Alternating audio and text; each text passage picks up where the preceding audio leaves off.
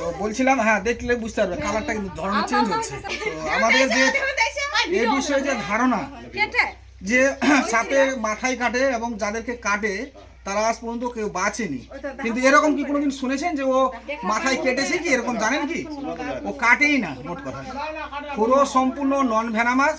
আমরা আসলে কি সাপ বিষয়ে যথেষ্ট আমাদের জ্ঞান নাই, যার জন্য আমরা এই ভয় ভীতিটা আমরা পাই। আমাদের এখানে এলাকায় মাত্র 4 ধরনের সাপ আছে যেটা বিষাক্ত, বাকি সব সাপই হচ্ছে নন ভেনামাস। ঠিক আছে, দেখুন কত সুন্দরভাবে চুপচাপ আছে।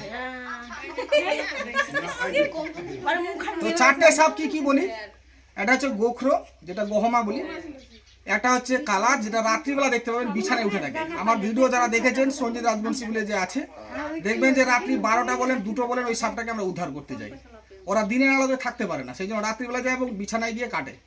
খুব ডেঞ্জার সাপ, কাটলে পরেও বুঝতে পারবেন না।